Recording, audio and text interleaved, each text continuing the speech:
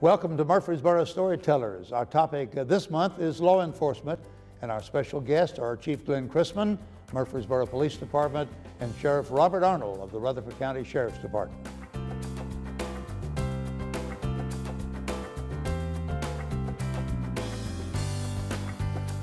Greetings and welcome to another edition of Murfreesboro Storytellers. We're pleased today to be taping our program from the Manny House at Oakland's historic mansion in the city of Murfreesboro. This program is being taped in late December following the recent tragedy in Newtown, Connecticut. And that leads us to some of the discussion of our first topic. But first of all, let me introduce our guest today, Sheriff Robert Arnold, Sheriff for Rutherford County, and Chief Glenn Chrisman, Chief of the Murfreesboro Police Department. Welcome, gentlemen. Good afternoon, John. Thank you for having us. Good to have you on the program. With the timeliness of our program, we thought it certainly was a topic we need to at least address briefly, and that is the recent tragedy in Newtown, Connecticut. And we think about school security, all the schools that we have in Rutherford County and the city of Murfreesboro. Tell us the situation there and what we can anticipate. How are you handling a situation like this? I think with the Sheriff's Office, we have the School Resource Officer Division. We have 43 SROs in the entire division. So we've got them throughout the county at numerous schools. And we got 2 in every high school, 1 in every middle school, and then we have SROs assigned to every elementary school. We have security plans in place. We do lots of training during the summer.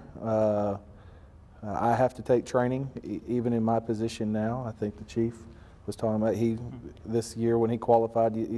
We all have to do it as law enforcement. We have to train for different things, and we do different training. Who does that training, Chief? Well, our respective training sections provide that training as a part of our in-service curriculum requirements. You may remember, if we go back a number of years to Columbine, when we began to see the first rash of school shootings, and if I can take you back there, one of the things that was learned from Columbine was that in that scenario they had active shooters in the schools.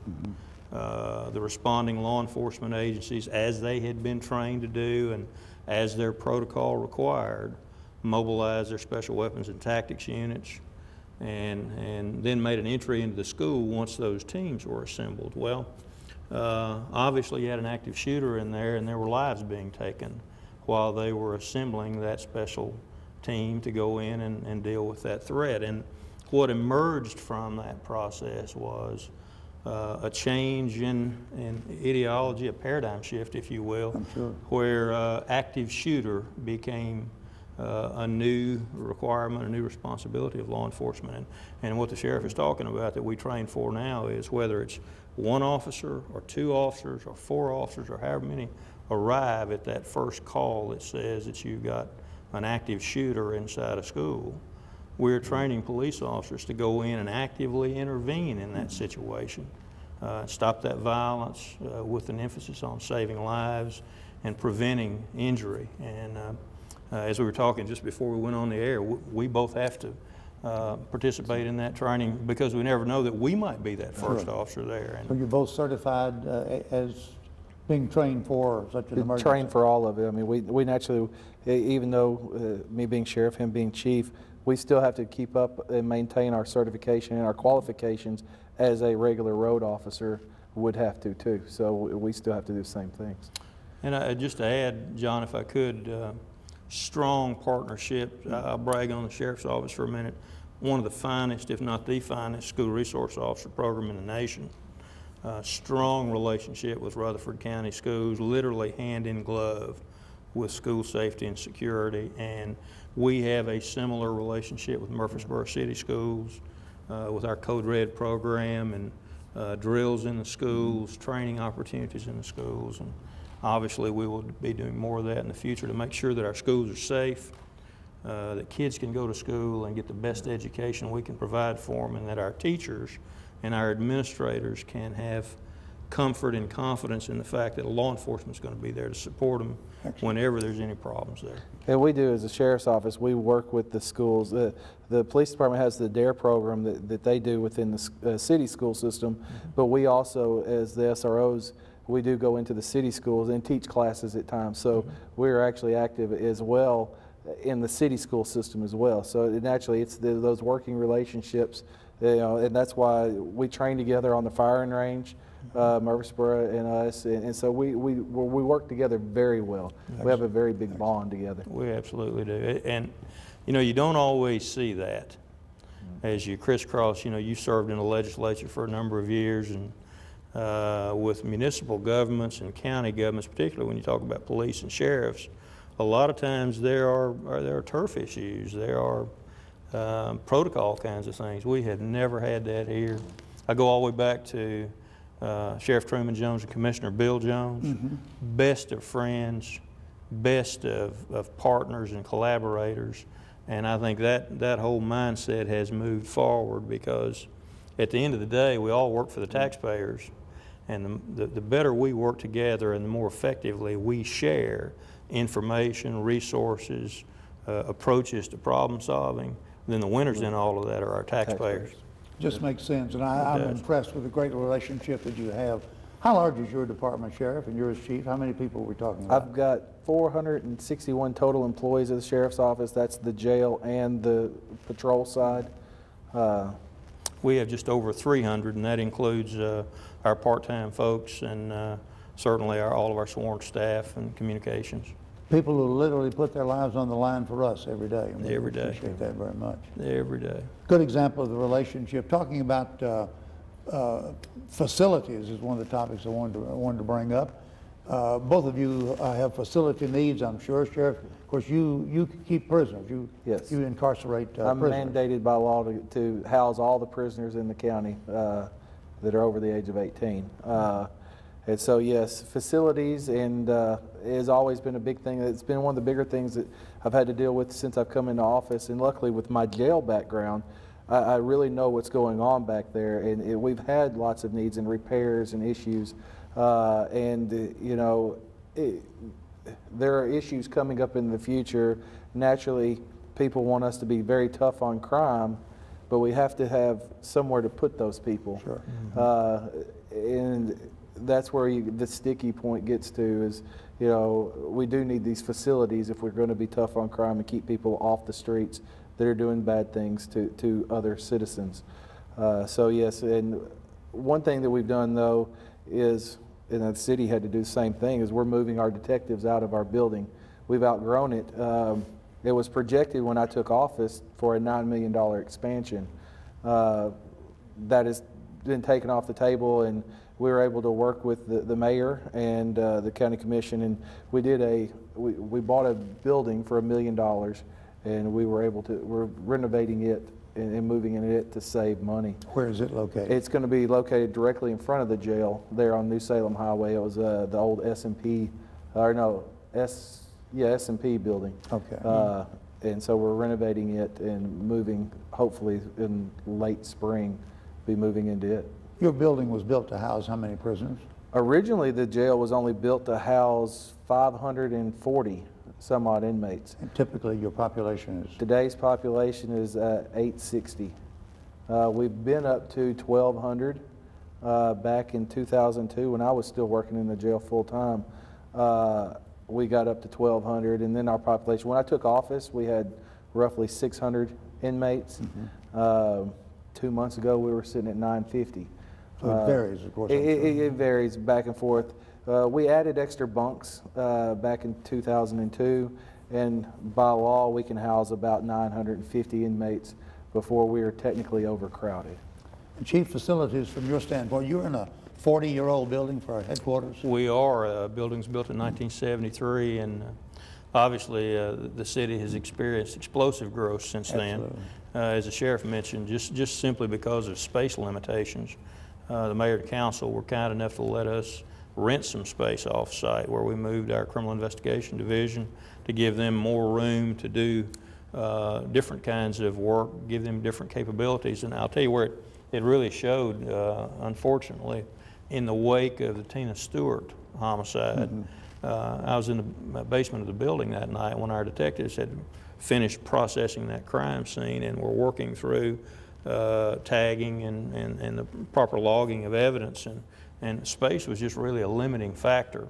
And that instant situation kind of spurred the need a little bit further along for some of the things that we have. But I mean, you know, we live in a time where DNA is a big part of the equation for crime and crime investigation, storage of evidence, new techniques for extracting evidence from forensic type applications later on. And I think we are all, not just the Sheriff's Department and the Police Department, but Tennessee Bureau of Investigation that does the laboratory analysis for both of us.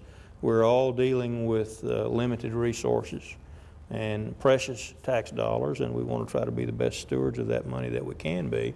But at the same time, as your population grows and the population that you're providing services to grow, then your facilities and your staffing has to grow with them to be able to give them the kind of service that they expect and deserve. Each of you, I believe, has a 5-year plan for your departments. We do. What's the major aspect of your plan? Well, one of the biggest things for us is, and we're headway into that now, is an upgrade to our communication system. The communications infrastructure that really we're both using was purchased, if you can believe it, with law enforcement assistance grant money back in the mid to late 70s. Now, we've upgraded components, we've upgraded mobile radios, and we've upgraded portable radios, but the basic technology, UHF signals, is still the same. And what we are working towards is, number one, a replacement of our two-way radio system for Murfreesboro Police and Fire. It's about a $15 million project that's projected over 3 years.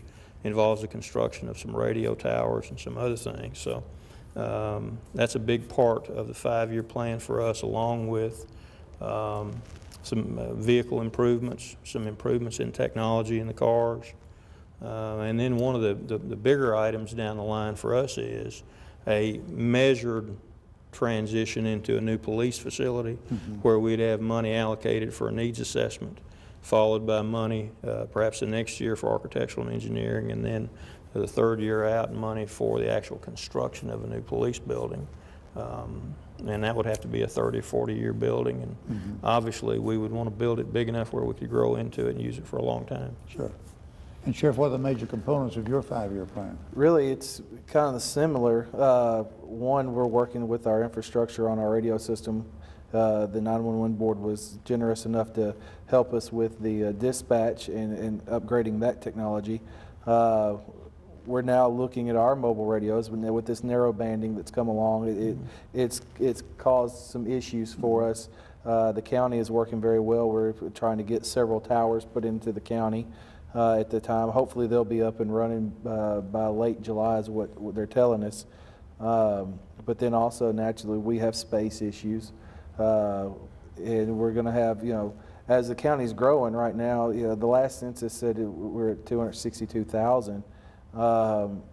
And we know that with more people coming, with this 840, with the finish of that part of the loop, Eagleville area, it's going to be growing. I think that end of the county it's been exploding over the past few years, but I think it's really going to explode even more. So naturally, Mayor Toon gets his sewer system in. Yeah, if Mayor Toon gets his sewer system in, it'll really explode, I think, out there. But I think that we're going to have a lot more needs for different resources within our department and within our county. So we've got a wide variety, from personnel issues to equipment issues. The one big thing is naturally all law enforcement's having to figure out right now what vehicle to go to that best serves us. And that's been the biggest thing, because naturally us at the Sheriff's Office have different needs than like the police department, because we're out in the rural areas of the county and stuff like that, and the city, you know, is inside the city limits. A lot of times, like, the snow doesn't get cleared out in the county, but people still call us when it does snow, because we were talking about climate earlier. But we do have different issues. And one of the things that we're both grappling with is, as we look at the next generation of police vehicles, is how to find a vehicle that suits the needs of the respective departments, but also has some sensitivity to the cost of fuel. Fuel budget for Murfreesboro Police this year is $750,000, and I can only imagine what it is for the sheriff. Ours is $1 million. We travel 2 million miles a year just inside the city in police vehicles. And what's the size of your respective fleets? How many cars, vehicles would you have? Have any idea? I would say roughly around 300 vehicles total for the department. Okay. 250 to 300, and obviously we have some that aren't being used all the time. But if you start looking at a V8 vehicle that's comes out of the factory with an estimated MPG at 14 and actually gets about 10, then you know we've got to be fuel conscious. Well, one of the other things, John, I want to mention before we get away from that, the sheriff was talking about facilities a few minutes ago, and a lot of people probably don't know this, but he said that he was mandated to house all of our prisoners. The sheriff's office actually does a lot of things for local law enforcement inside Rutherford County that they're not mandated to do. Obviously, they house all the prisoners that are custodial arrests from all of the jurisdictions. But in addition to that, they book all those prisoners, they fingerprint all those prisoners. We have collaborative agreements with them so that when you bring a prisoner into booking at the sheriff's office, the law requires, it actually creates a responsibility for both of us to book those prisoners and provide information back to the TBI from their fingerprints and their booking information. And one of the ways that we found a great economy of scale that actually saves all of our taxpayers money is the sheriff's department handles that at the time of booking. And we try to cover that with a little stipend every year to help offset those costs. But that's another way that the sheriff and the sheriff's department and the law enforcement agencies work together to minimize costs and make sure that service is as high as it can be to really save our taxpayers time and money. So when one of your officers makes an arrest, he or she is brought to the county jail for booking, right? Correct. Okay, everybody goes through there. Comes to us with Murfreesboro. Now, Smyrna and Laverne do something a little bit different, but it gets his officers back out on the street at least 45 minutes quicker than if they had to do it. So, I mean, we're really and truly helping the city of Murfreesboro, the taxpayers, because we're taking on that duty, saying, here, you bring them to us, you fill out the charges, and then we'll do the book-in process, because the law just says the arresting officer shall do the book-in process. You might mention about the blood draws, too. That's a neat thing. Well, when I took office, one thing that we decided, we looked into, and before us, Murfreesboro, and even the Tennessee Highway Patrol, whenever we had a DUI arrest, we would have to go over to the old hospital, and you'd have to walk that prisoner down the hallway, and then they would take them to a lab, they would draw the blood, and then you'd walk them back and transport them. You know, you had all this transport time and walking them around in the public.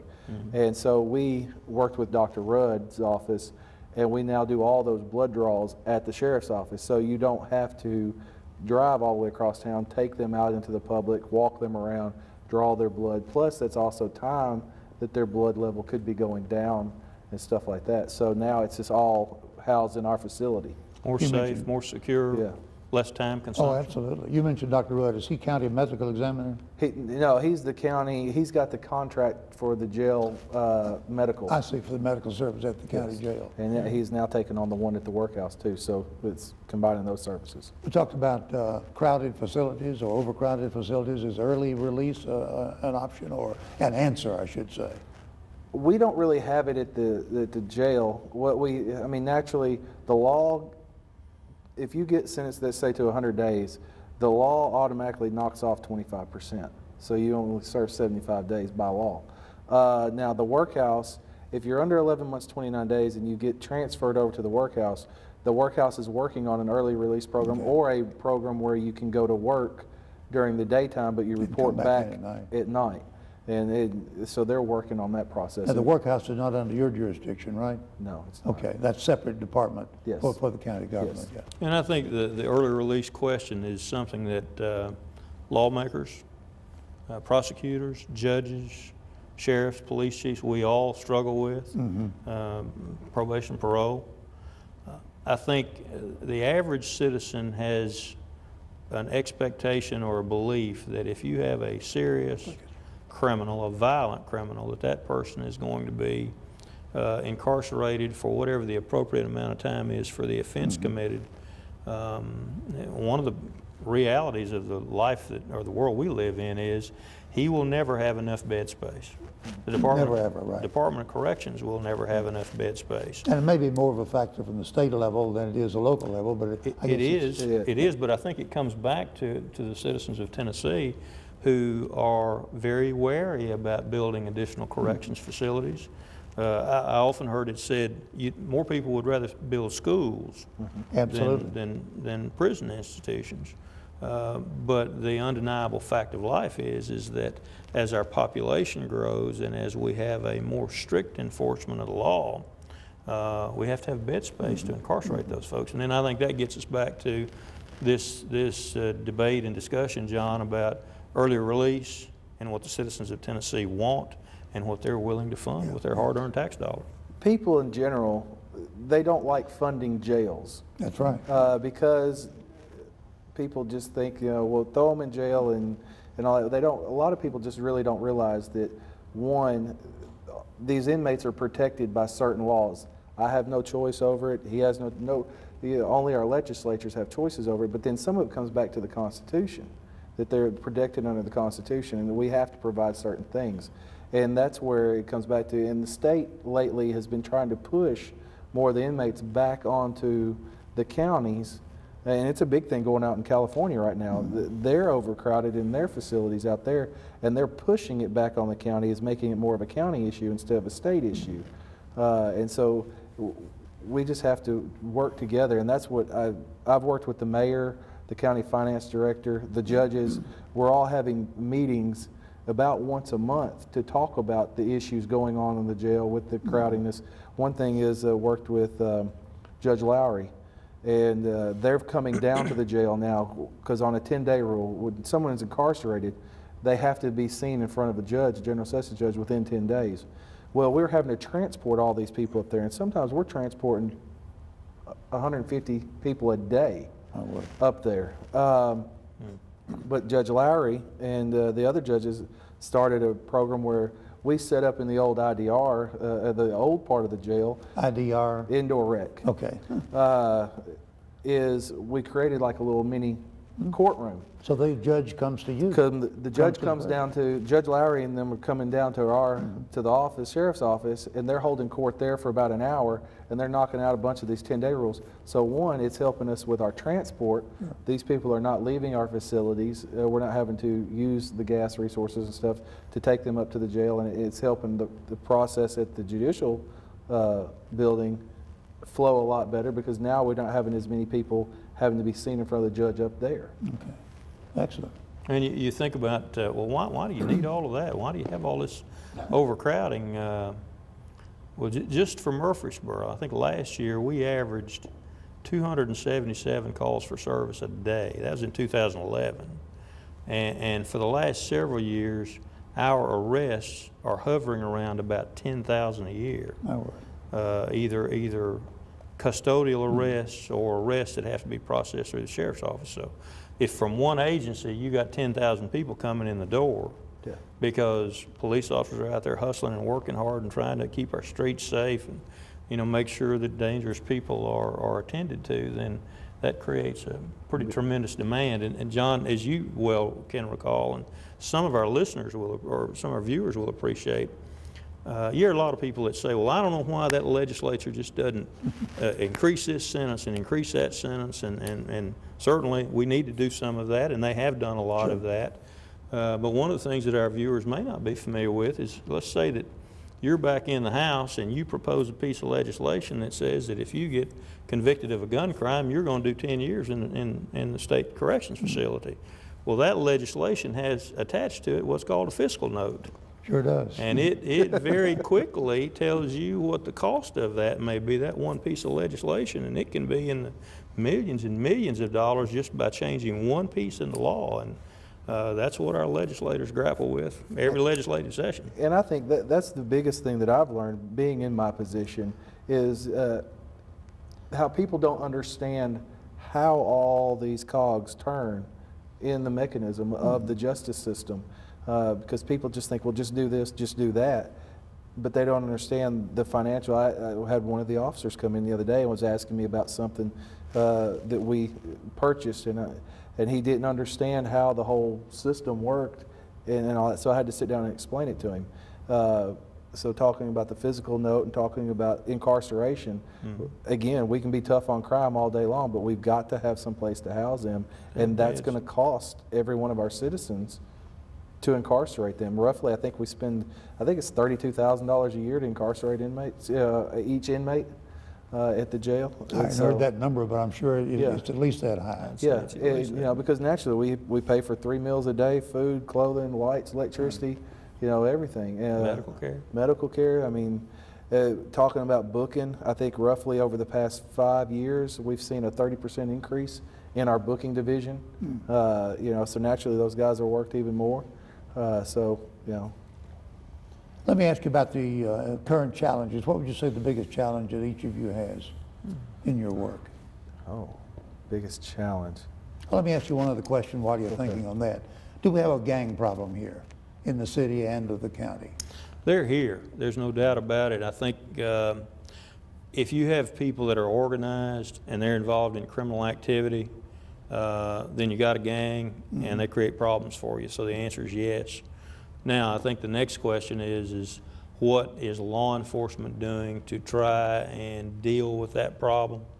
And what we found over a course of years is that information gathering, information sharing, collaborative partnerships with other law enforcement agencies to try to attack those issues, particularly not only our partnership between the sheriff and the Rutherford County law enforcement agencies, but if you really want to attack gang-related crime, you have to bring another tool to the table, and part of that tool in a lot of cases is federal prosecution, because if you can get to the place to where you've got gangs or gang members that are involved in the types of crime that cross state boundaries, that involve racketeering, that involve conspiracy and coercion and all those kinds of things, which they often do, retaliatory crimes. Then if you can bring our federal partners in, alcohol, tobacco, and firearms, DEA, Drug Enforcement Administration, the FBI, obviously, Secret Service in the situation if you have money laundering and those kinds of things, then you have some additional tools where those cases can be adopted federally. And if they're prosecuted federally, there is no probation and parole in the federal system. It's sentenced day for day for whatever 100%. The length of that term is. And I think what's helped us here is we've been able to assign some resources specifically to that problem, and we've continued to have great partnerships with our federal partners to send a very, very loud message. You may remember in 2008 when we had 2 people murdered here and a spate of retaliatory shootings that involved gangs. The fellow that was the ringleader in that, by the time that was all done, got three consecutive life sentences in the federal system. He'll never be out again. You've answered another question I had lingering. That is, in your work, you also involve a lot of other law enforcement agencies to be successful and to carry out your programs. Well, I think, back in 2008, 2007, and we still have it today, is we had a gang task force, and I was on it as a SRO when I was still at Daniel McKee and at Laverne High School, and working together, sharing the information. One, the SROs get a lot of information. They do. And the detectives from the city, from Smyrna, Laverne, they would all come to us, and it was all, again, working together, building those bridges throughout the county and working together on these different issues, because it's not only here, it's down in Smyrna, Laverne as well. Well, you gentlemen have answered a lot of interesting questions. We didn't get back to the challenge question, but I'm tremendously impressed with the great spirit of cooperation working together that you have individually, as individuals, and also as departments, and commend you for that. Sheriff Robert Arnold, in the midst of his first 4-year term. Chief Glenn Chrisman, how many years with the city? I just started my 37th year. 37th year, and how many years as chief? Going on 9. Going on 9 years as chief. We commend you both, gentlemen, for making and keeping our community a safe place in which to live. A lot of people don't realize that, though, but he was also a deputy before he was at the police department. I forgot that. He was a sheriff's deputy before he was. And I've enjoyed serving with both of you on the E911 board and observing you working in our community. We thank you very much for talking about law enforcement on our most recent conversation here for City TV. Thank you, John. We Thank you. appreciate you.